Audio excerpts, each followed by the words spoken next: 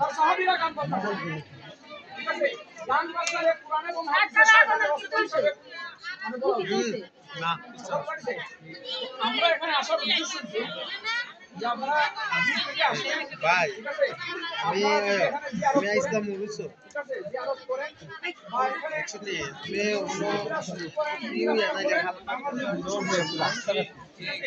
আপনারা দূর থেকে মেহমান আসছেন, ভালো করেছে। এলাকাটা আমাদের না, এলাকাটা আমাদের।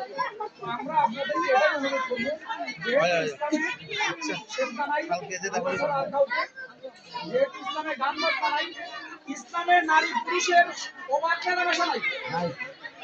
আপনারা অবাক হইবেন, আমরা আমি নিজে আহলে সুন্নাত ওয়াল জামাতের একজন আলেম। এখানে শুদ্ধ জুমাত জালি মাদ্রাসা আছে, সুন্নি মাদ্রাসা শিক্ষা। ঠিক আছে, সুন্নি মাদ্রাসা শিক্ষা ইমাম হুসাইন রাদিয়াল্লাহু